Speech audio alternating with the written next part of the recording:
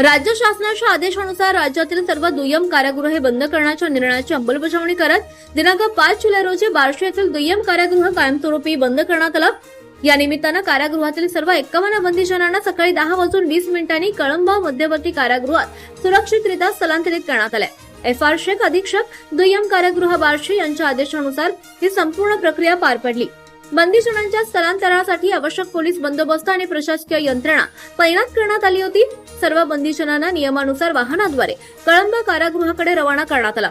राज्य शासनाने प्रशासकीय पुनर्रचना आणि कारागृह व्यवस्थापन अधिक कार्यक्षम करण्याच्या उद्देशाने राज्यातील दुय्यम कारागृहे बंद करण्याचा निर्णय घेतला असून त्यानुसार बार्शी दुय्यम कारागृहाचं कामकाज सुद्धा आजपासून पूर्णपणे बंद झालंय। अनेक वर्षांपासून बार्शी शहर आणि परिसरातील न्यायालयीन कोठडीतील आरोपी तसंच विविध प्रकरणातील बंदिशांना या कारागृहात ठेवण्यात आलं होतं। मात्र शासनाच्या नव्या धोरणानुसार येथील सर्व बंदिशांना कळंबा कारागृहात वर्ग करण्यात आला असून बार्शी दुय्यम कारागृहाचा प्रशासकीय अध्याय अधिकृतरित्या संपुष्टात आलाय।